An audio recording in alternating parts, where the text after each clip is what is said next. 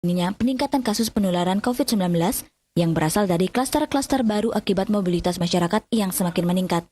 Untuk memperketat tentang pelaksanaan prokes COVID-19, di desa adat ada yang namanya Satgas Gotong Royong Penanggulangan COVID-19. Yang personilnya terdiri dari lurah, benese, pecalang, hansip, kelian-kelian adat, kepala-kepala lingkungan, dan muda-mudi. Nah, ini semua bergerak dari semua lini, sehingga tidak satu pun tidak luput dari informasi, dari edukasi tentang peran dan pentingnya kita memperlakukan 3M itu.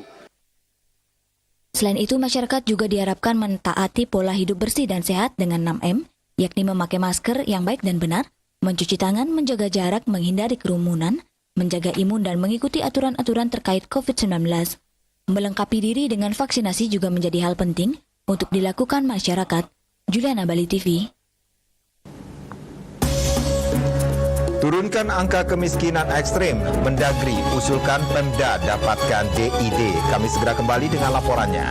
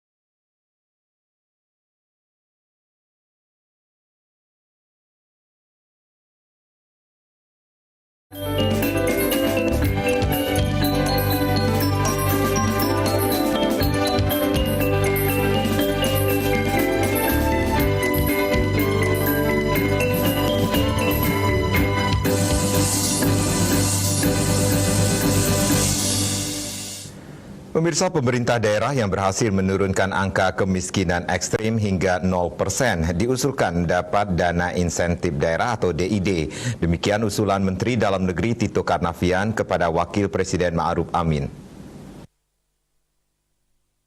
Mendagri Tito Karnavian mengusulkan kepada Wapres Ma'ruf Amin agar Pemda dapat diberikan motivasi, diantaranya dana insentif daerah yang biasanya diberikan ke daerah-daerah yang berprestasi. Pemberian hadiah tersebut berdasarkan atas hasil evaluasi pemerintah pusat terhadap upaya penyelesaian kemiskinan ekstrim yang hingga akhir 2021 ditargetkan di 7 provinsi. Sementara itu, Wapres Ma'ruf Amin mengatakan target kemiskinan ekstrim 0% tersebut merupakan tugas berat karena waktu penyelesaiannya sangat singkat, yakni 3 bulan lagi menuju akhir 2021. Tantangannya, jangka waktu pencapaian target pendek. Padahal kemiskinan ekstrim harus diselesaikan di 7 provinsi dan 35 kabupaten. Jumlah totalnya mencapai sekitar 2 juta kemiskinan ekstrim yang harus ditanggulangi. 7 provinsi yang menjadi prioritas penyelesaian kemiskinan ekstrim di 2021 ialah Jawa Barat, Jawa Tengah, Jawa Timur, Maluku, Nusa Tenggara Timur atau NTT, Papua, dan Papua Barat. Dari ke-7 provinsi tersebut dipilih masing-masing 5 kabupaten dan kota sehingga seluruhnya berjumlah 35 kabupaten kota sebagai representasi 20% dari total miskin ekstrim secara nasional. Bali Pos melaporkan. Eropa mulai menjadikan Indonesia sebagai salah satu tujuan investasi alternatif. Hal tersebut disampaikan Menteri Investasi Kepala Badan Koordinasi Penanaman Modal BKPM Bahlil Lahadalia. Menteri Investasi Bahlil Lahadalia menyampaikan, bahkan mungkin Indonesia sekarang sebagai investasi alternatif yang masuk dalam skala prioritas Eropa. Menurutnya hal itu terlihat dari Belanda dan Swiss yang kian sering masuk ke dalam 10 besar negara dengan realisasi investasi terbesar ke tanah air pada semester pertama 2021. Adapun Swiss pada triwulan pertama 2021 masuk ke dalam 5 besar dengan realisasi investasi sebesar 470 juta dolar AS. Sementara pada semester pertama 2021, Belanda masuk ke dalam peringkat keempat realisasi investasi terbesar ke Indonesia dengan nilai 1,3 miliar dolar AS. Sedangkan Swiss di posisi ke-9 dengan nilai investasi sebesar 500 juta dolar AS. Selain negara-negara di Eropa, ia menilai Korea Selatan, Jepang, dan Tiongkok saat ini juga mulai berkompetisi sengit untuk menanamkan modalnya di Indonesia. Ketiganya terlihat masuk dalam daftar 10 besar investor di tanah air selama Januari sampai Juni 2021, yakni Tiongkok di peringkat ketiga senilai 1,7 miliar dolar AS, Korea Selatan pada posisi kelima sebesar 1,1 miliar dolar AS, dan Jepang di urutan ke-6 yaitu 1 miliar dolar AS. Kendati demikian, Bahlil Lahadalia menegaskan bahwa dirinya tidak pernah membedakan negara asal investor, sehingga semuanya sama-sama dilayani dengan baik dan diatur dengan undang-undang yang berlaku. Bali Pos melaporkan. Saat ini kelengkapan vaksinasi menjadi syarat utama bagi masyarakat untuk memasuki DTW maupun pusat perbelanjaan. Untuk itu kesigapan pemerintah dan pihak terkait dalam menuntaskan program vaksinasi harus lebih dimaksimalkan. Tidak hanya pemerintah, partisipasi masyarakat dalam mensukseskan program vaksinasi juga harus ditingkatkan. Mengingat saat ini Bali sudah memasuki PPKM level 3 dengan berbagai kelonggaran dan syarat yang telah ditetapkan pemerintah. Salah satunya status vaksinasi sebagai syarat untuk memasuki DTW maupun pusat perbelanjaan melalui aplikasi Peduli Lindungi. Untuk itu berbagai cara telah dilakukan, mulai dari mengoptimalkan vaksinasi berbasis Banjar maupun door-to-door untuk menjangkau masyarakat lebih luas dan merata. Selain memberikan jadwal vaksin, mensosialisasikan dan mensinergikan dengan berbagai pihak, pemerintah juga menekankan dalam pelaksanaan vaksinasi di lapangan agar tetap menerapkan protokol kesehatan ketat. Diharapkan kesigapan program vaksinasi berjalan imbang dengan kedisiplinan masyarakat dalam mentaati prokes untuk mencegah penularan COVID-19 semakin meluas. Juliana, Bali TV. Otoritas Jasa Keuangan OJK Regional 8 Bali Nusra bersinergi dengan Perbarindo, pemerintah Provinsi Bali dan pemerintah Kabupaten Buleleng melaksanakan sentra vaksinasi massal di Desa Grogak Buleleng. Hal ini sebagai bentuk kontribusi bagaimana mengakselerasi terciptanya herd immunity di masyarakat.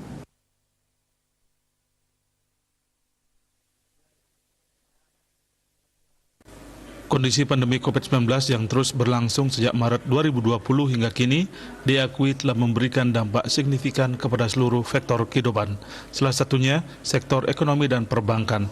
Namun demikian OJK dan Perbarindo sebagai induk organisasi dari Perbankan dan Bank Perkreditan Rakyat Indonesia merasa terpanggil untuk memberikan kontribusi pada negeri. Dalam hal ini tentang bagaimana mengakselerasi terciptanya herd immunity atau kekebalan kelompok di masyarakat. Salah satunya dengan menyelenggarakan gerai vaksin di kawasan Desa Grogak, Kecamatan Grogak, Buleleng. Bahkan sentral vaksin kali ini dihadiri lebih dari 700 masyarakat yang dipusatkan di balai desa setempat. Ketua Perbarindo Bali, Ketut Wiratjano menjelaskan banyaknya masyarakat yang belum tersentuh vaksin menjadi dasar pelaksanaan kegiatan ini dengan harapan masyarakat Buleleng setidaknya sudah melakukan vaksinasi guna mewujudkan perekonomian yang lebih maju. Kegiatan vaksinasi tidak hanya dilakukan di wilayah Desa Grogak, melainkan di Desa Bungkulan dan Desa Penyabangan. Ini adalah bagian daripada kami Perbarindo Bali untuk kemanusiaan.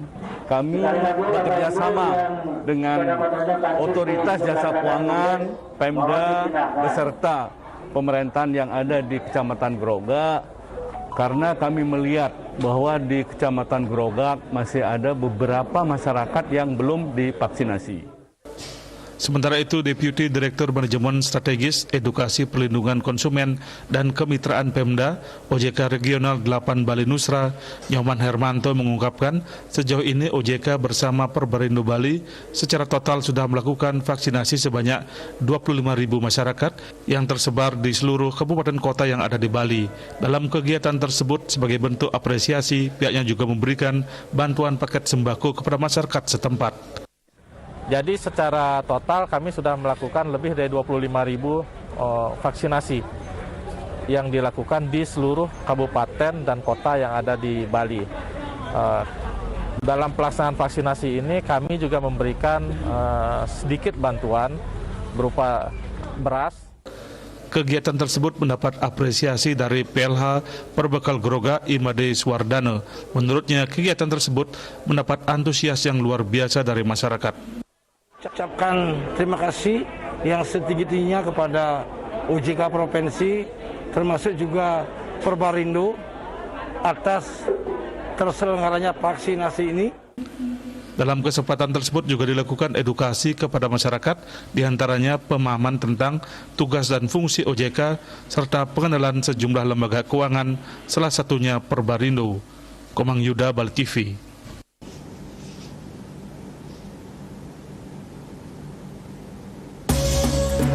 Kami akan segera kembali dengan informasi peringati HUT ke-76 TNI, Lanut Igusti Ngurah Rai gelar donor darah.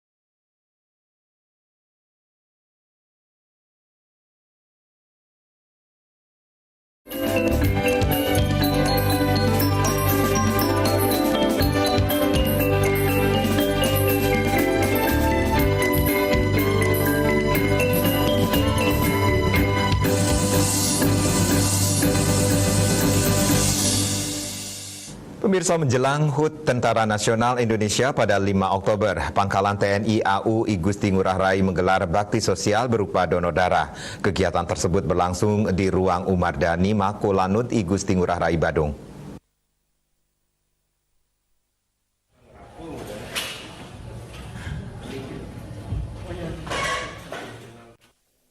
Donor darah ini merupakan hasil kerjasama Lanut I Gusti Ngurah Rai dan PMI Provinsi Bali dengan melibatkan prajurit, PNS, dan anggota PIA Ardia Garini Cabang 5 D2 Lanut I Gusti Ngurah Rai sebagai pesertanya. Dan Lanut I Gusti Ngurah Rai, Kolonel PNB Reza Sastra Negara menyebutkan, kegiatan donor darah tersebut dilaksanakan dalam rangka memperingati ulang tahun ke-76 Tentara Nasional Indonesia, sekaligus memperingati ulang tahun ke-65 PIA Ardia Garini. Kegiatan yang dilaksanakan di Lanut I Gusti Ngurah Rai pagi ini adalah pelaksanaan donor darah oleh seluruh anggota Lanut I Gusti Ngurah Rai beserta anggota PIA Ardia Garini, cabang 5 daerah 2 Lanut I Gusti Ngurah Rai. Kegiatan ini diselenggarakan dalam rangka memperingati hari ulang tahun Tentara Nasional Indonesia ke-76 sekaligus memperingati hari ulang tahun PIA Ardia Garini ke-65. Di mana tidak hanya pelaksanaan donor darah, kita juga melaksanakan terapi plasma konvalesen bagi beberapa anggota yang merupakan penyintas COVID-19.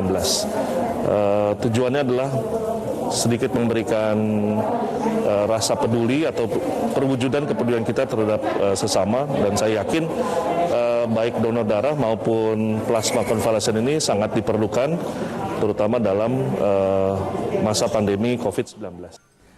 Sementara itu, perwakilan PMI Provinsi Bali, Dr. Bella, berharap kegiatan tersebut dapat membantu orang-orang yang sedang membutuhkan, baik donor darah maupun donor plasma konvalesen. Jadi hari ini kami dari PMI Provinsi Bali di sini datang ke TNI AU. Kita bersama-sama melakukan kegiatan donor darah dalam rangka ulang tahun TNI yang ke-76, di mana dari kegiatan ini kita mengharapkan bahwa kita bisa saling membantu orang-orang yang sedang membutuhkan darah, baik dari donor darah biasa maupun juga kita melakukan donor darah plasma konvalesen untuk pasien-pasien yang sedang menghadapi COVID sekarang. Nah, harapan kedepannya adalah agar bisa terjalin kerjasama serupa untuk kedepannya terus terjaga agar tetap kita bisa saling membantu sesama, kita sehat dan mereka selamat. Humas Lanut I Gusti Ngurah Rai melaporkan. Tepati janji politik yang digaungkan sebelumnya, Bupati Tabanan Iko Manggede Sanjaya didampingi oleh Sekda Tabanan monitoring langsung rekonstruksi ruas jalan Perean Penyucuk di Perean Kau, Kecamatan Baturiti, Tabanan. Peninjauan langsung ini sebagai salah satu bentuk perwujudan dan komitmen yang dikampanyekan Bupati Sanjaya sejak Pilkada. Turut mendampingi langsung anggota DPRD Tabanan, Kadis PUPR PKP Tabanan, Camat Baturiti dan Perbekel Perean, sekaligus berkantor di kantor Perbekel Desa Perean sebagai wujud dari komitmen Bupati Sanjaya. Proyek rekonstruksi ruas jalan sepanjang 754 meter yang tembus sampai wilayah Desa Tua Marga Tabanan tersebut direncanakan selesai dalam tenggat waktu 150 hari. Pendanaan guna pelaksanaan perbaikan jalan ini didapatkan dari dana APBD BKK Provinsi Bali dengan total nilai lebih dari 900 juta rupiah. Kunjungan langsung ini sebagai salah satu bentuk perwujudan dan komitmen yang dikampanyekan Bupati Sanjaya sejak waktu Pilkada. Ia berharap dengan perbaikan ini bisa menambah semangat masyarakat untuk menjual hasil produksi pertanian ke wilayah di luar Tabanan. Bahwa saya punya komitmen dulu waktu saya zaman Pilkada bersama Pak Wakil bahwa saya akan memperbaiki infrastruktur yang ada di seluruh Kabupaten Tabanan. Karena jalan infrastruktur ini juga merupakan bagian daripada ekonomi kerakyatan masyarakat.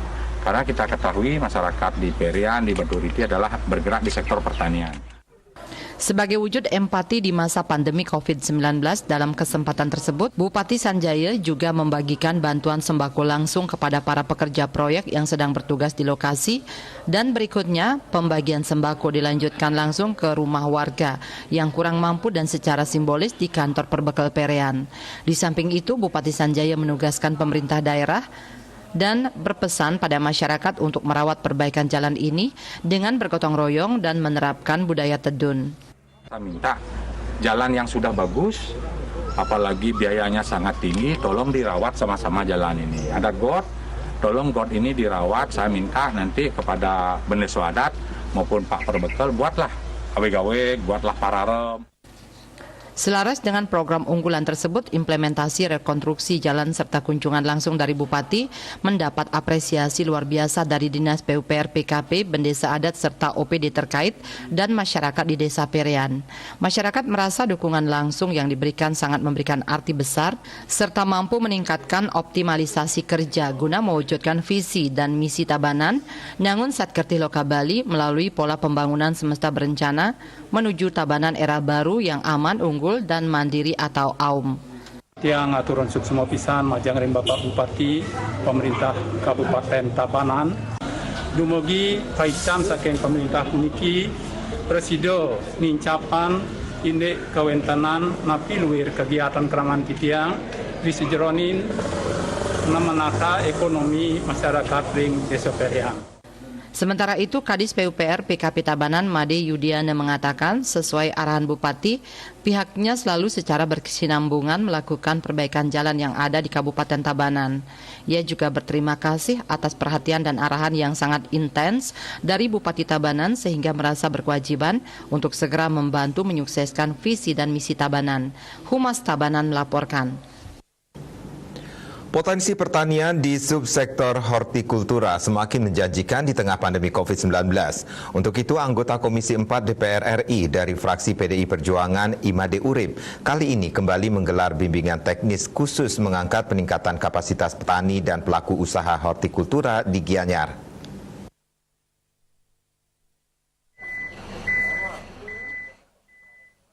BIMTEK yang digenjot oleh Ketua DPP PDI Perjuangan membidangi pertanian, kehutanan, dan lingkungan hidup ini diikuti oleh 70 peserta dari petani dan pelaku usaha hortikultura di Kabupaten Gianyar dan Badung.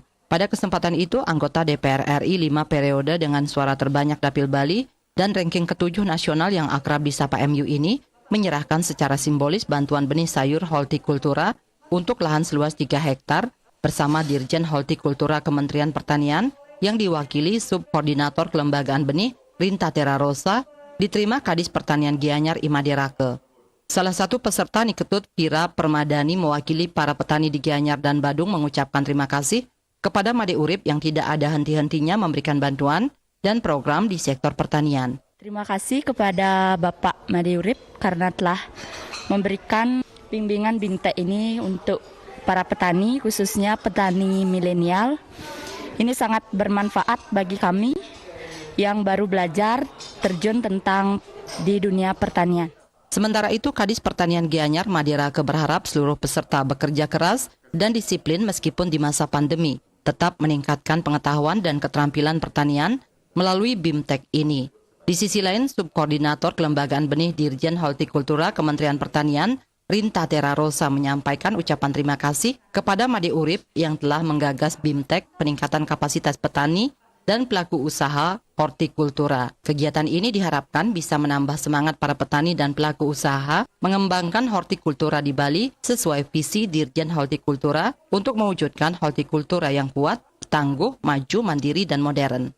Kementerian Pertanian, Dirjen Hortikultura dengan Komisi 4 ini menggagas, sepertinya kita harus memberikan peningkatan kapasitas untuk pelaku usaha kita, khususnya untuk pertanian, sehingga nantinya mereka bisa bergerak tidak hanya kepada satu sektor, misalnya pariwisata kalau di Bali, tetapi nanti mereka bisa bergerak dengan sektor pertanian, khususnya hortikultura.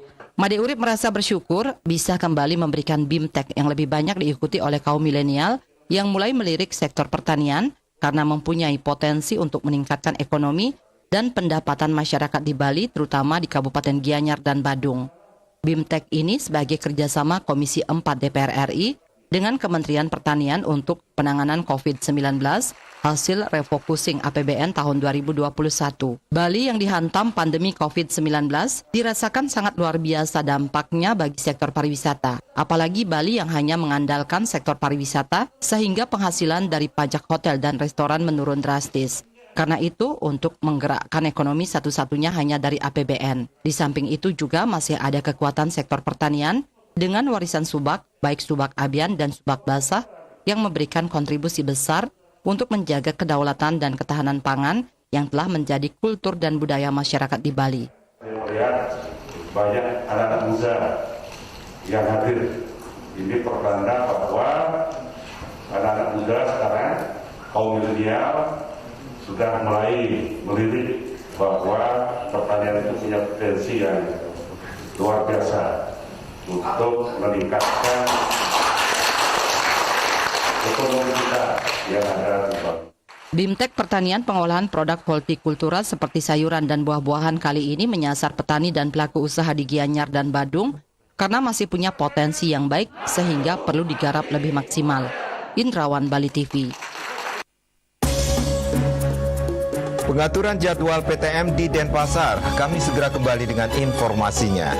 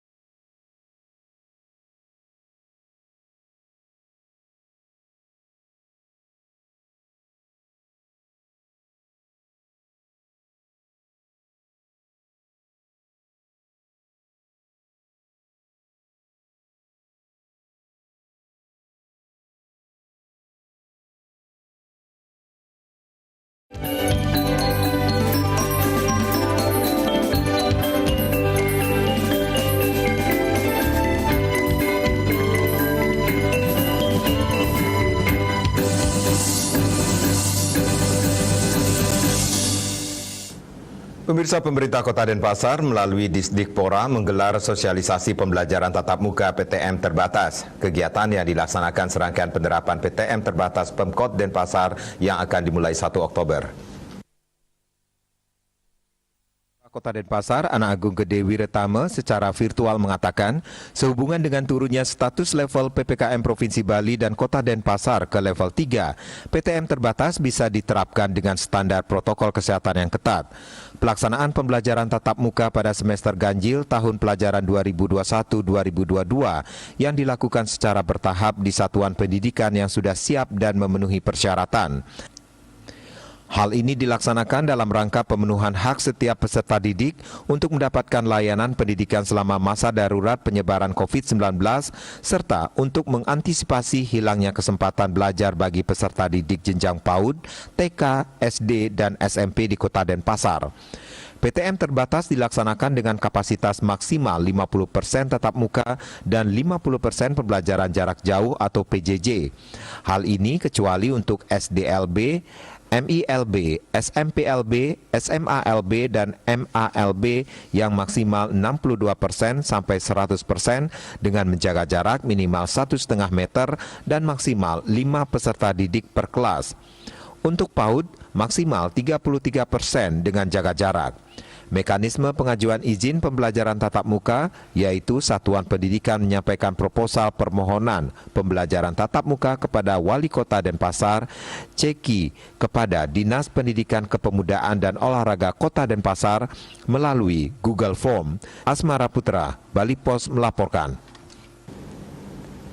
IPB Internasional melaksanakan penandatanganan kerjasama dengan Desa Wisata dan sejumlah perguruan tinggi mendukung MBKM Merdeka Belajar di Kampus Merdeka. Kerjasama bertujuan meningkatkan kompetensi mahasiswa belajar di luar profesinya.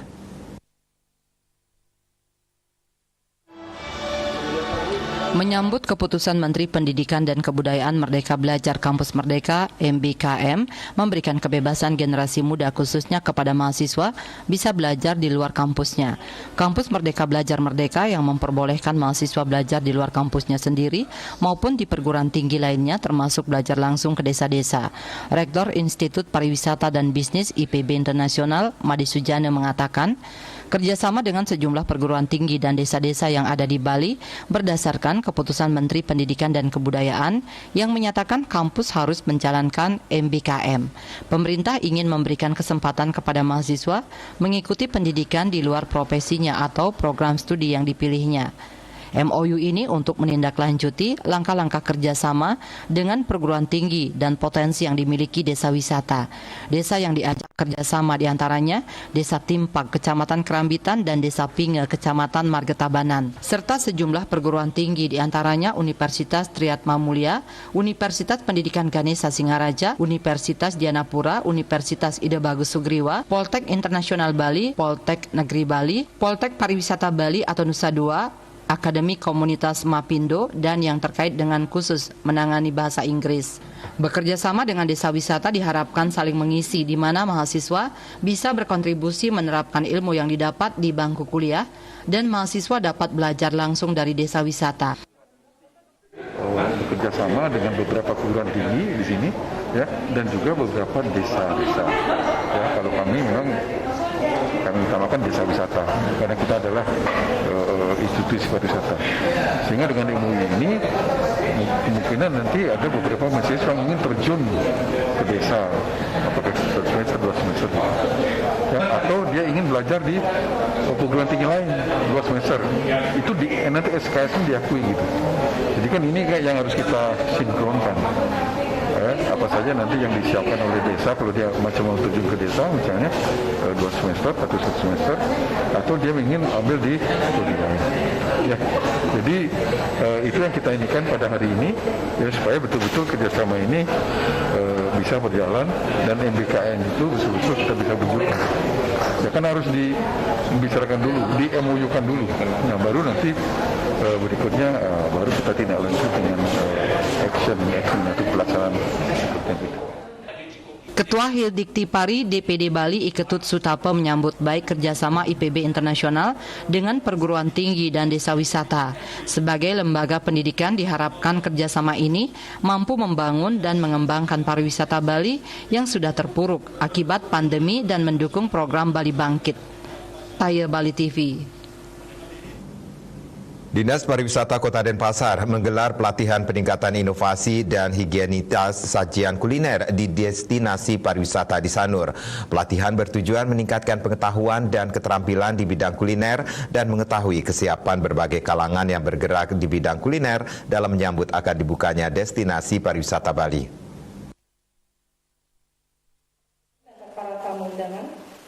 Pelatihan dibuka oleh penjabat Sekda Denpasar Imade Toye yang mewakili Wali Kota Denpasar dan juga dihadiri Kadis Pariwisata Kota Denpasar, perwakilan ICA Bali, Ketua Badan Pertanahan Kota Denpasar, dan Kepala Dinas Sumber Daya Wisata dan Ekonomi Kreatif.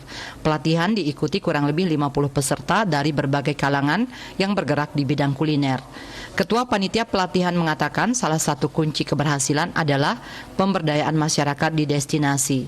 Dalam hal ini, Dinas Pariwisata dan Kementerian serta kalangan yang berada di destinasi pariwisata serta beberapa asosiasi menggelar pelatihan yang bertujuan meningkatkan SDM pariwisata, menyiapkan SDM pariwisata dan ekonomi kreatif melalui pengetahuan dan keterampilan di bidang kuliner sebagai inovasi higienitas sajian kuliner yang ada di destinasi, agar peserta memahami dan mengetahui pentingnya higienitas sajian kuliner serta mengetahui makanan yang dibuat nasional dan internasional. Peserta mengetahui prinsip demokrasi dalam kuliner serta mendapatkan pengalaman. Penjabat Sekda Kota Denpasar Imade Toye mengatakan, pelatihan ini merupakan persiapan dalam rangka akan dibukanya destinasi pariwisata sehingga sajian kuliner mendapat perhatian karena berpengaruh pada pariwisata itu sendiri, terutama saat situasi pandemi COVID-19. Dengan pelatihan ini, kepariwisataan di Bali khususnya Kota Denpasar betul-betul sudah siap. Jadi acara pada pagi hari ini adalah kesiapan-kesiapan kita di dalam rangka nanti akan membuka destinasi pariwisata kita.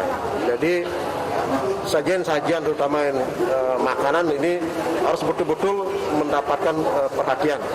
Jadi jangan sampai nanti ketika dibuka pariwisata, ya, sajian-sajian terutama makanan ini akan berpengaruh kepada pariwisata kita, terutama situasi di pandemi COVID ini. Jadi jangan sampai begitu dibuka pariwisata karena kita tidak siap untuk melakukan hal-hal yang terkait dengan kepariwisataan, apalagi dengan penyajian makanan, ini akan berdampak juga kepada pariwisata kita yang akan berkunjung khususnya di Kota Denpasar. Jadi saya terima kasih sekali ini melalui Kementerian Pariwisata, kemudian melalui Dinas Pariwisata Kota Denpasar bisa melaksanakan seperti ini sehingga kepariwisataan kita betul-betul ketika dibuka ini betul-betul sudah siap untuk kita laksanakan. Materi pelatihan disampaikan oleh beberapa narasumber dari Indonesia Chef Association BPD Bali, yakni Niluh Gede Sri Sajuni yang menyampaikan tentang ekosistem kuliner Indonesia. Selanjutnya dari narasumber Eko Sulistyo yang membahas tentang pengemasan produk pangan, pemasaran kuliner maupun terkait segmentasi, targeting dan positioning. Ray Swantara, Bali TV. Pemirsa jangan beranjak dahulu, kami segera kembali dengan laporan gudang sembako di Gianyar terbakar.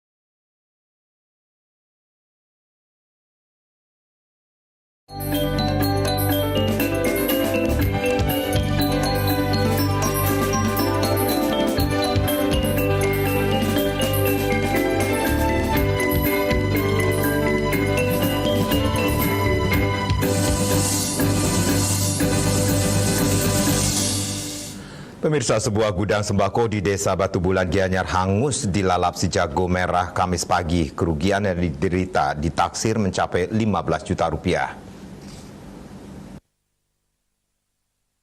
Gudang sembako tersebut terletak di perumahan Chandra Ayu 7, Desa Batu Bulan. Di dalam gudang terdapat 2 unit sepeda motor merek Vespa dan Honda Scoopy milik Dewa Ambara yang turut terbakar. Petugas damkar dari Kecamatan Sukowati yang dikomandani Wayan Balik Darmawan menerjunkan 2 unit mobil damkar. Untungnya api berhasil dipadamkan sekitar 30 menit kemudian. Gimana? Jam berapa menerima laporan? Jam 10:05 dari posko Sukowati. Langsung saya udah meluncur ke TKP. Berapa unit Pak turunkan? Sama meluncurkan 2 unit mobil untuk menangani kebakaran yang ada di yang Rayu 7. Apa yang terbakar Pak? Gudang aja ya. Yang dua sepeda motor yang terbakar. Perkiraan berapa kerugian? Lebih kurang kira dari tuan rumah 15 juta. 15 juta. Ya. Kebakaran diperkirakan terjadi pukul 10 pagi WITA. Penyebab kebakaran diduga karena arus pendek. Pemilik gudang Dewa Ambara mengaku tidak tahu gudangnya terbakar karena rumahnya berjauhan dengan gudangnya. Tetangganya memberitahukan jika gudangnya terbakar. Kapan kejadian itu Pak? Kan ada berapa menit yang lalu. Penyebab apinya udah dulu Pak. Ya, kita melewati ini. Tapi kadang harus beneknya.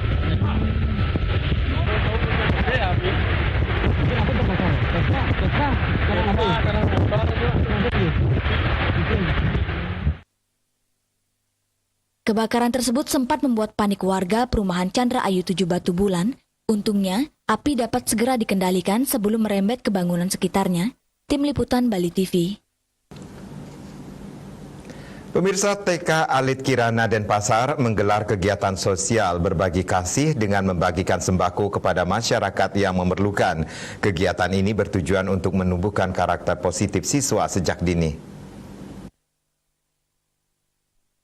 Kegiatan berbagi kasih TK Alit Kirana digelar di depan gedung pers Bali Ketut Nade.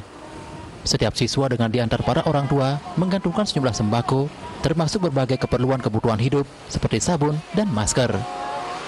Kepala TK Alit Kirana, Putu Hermawati mengatakan, kegiatan ini digelar pada jeda semester 1 yang bertujuan menanamkan perilaku atau karakter positif sejak dini kepada siswa.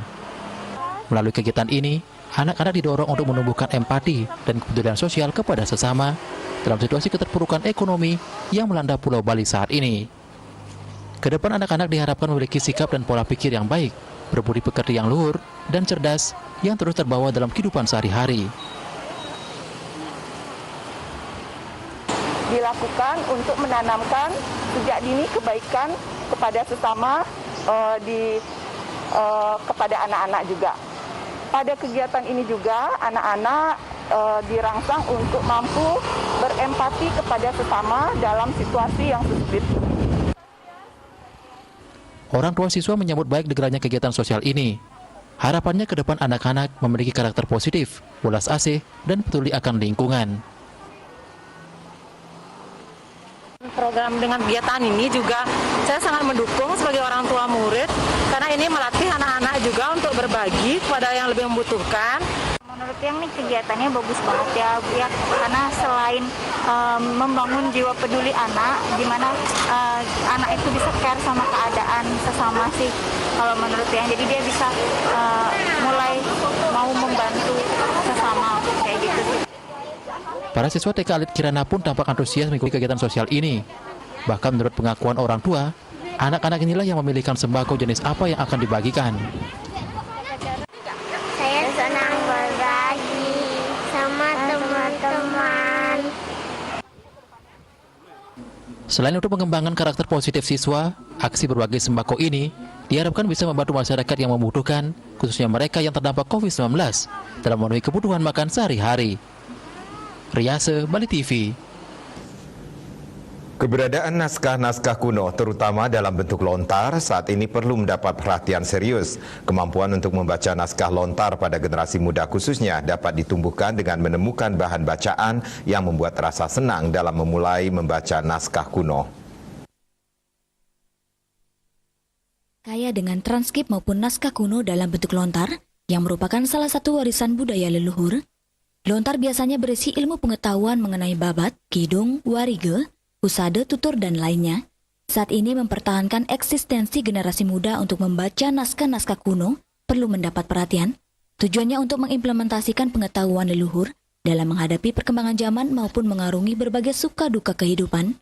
Akademisi sekaligus peneliti lontar asal Bangli, IGD Agus Dharma Putra membagikan tips untuk menumbuhkan budaya membaca naskah kuno, salah satunya dengan menemukan bahan bacaan yang bisa menimbulkan rasa senang saat membaca sebagai pemantik minat untuk belajar membaca naskah kuno.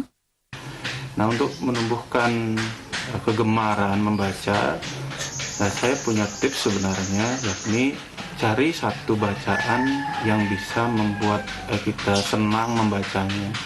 Contohnya adalah teks-teks satwa atau kidung atau kekawin. Itu bisa jadi awal yang sangat bagus. Atau mulai dengan membiasakan diri, mendekatkan diri pada orang-orang yang gemar membaca. Mengunjungi orang di berbagai macam tempat itu bisa jadi salah satu cara.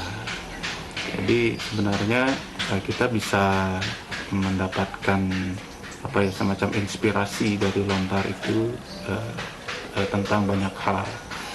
Jadi tidak akan ada lagi kata terlambat untuk membaca lontar. Terlebih di tengah pandemi COVID-19, selain mendisiplinkan diri melaksanakan protokol kesehatan dengan ketat, juga bisa dijadikan momen untuk kembali mempelajari isi lontar maupun naskah kuno dalam menghadapi situasi perubahan zaman, berlandaskan kearifan lokal berbekal pengetahuan yang luhur. Juliana, Bali TV. Dan kini kami sampaikan informasi perakiraan cuaca untuk kabupaten kota di Bali berlaku besok.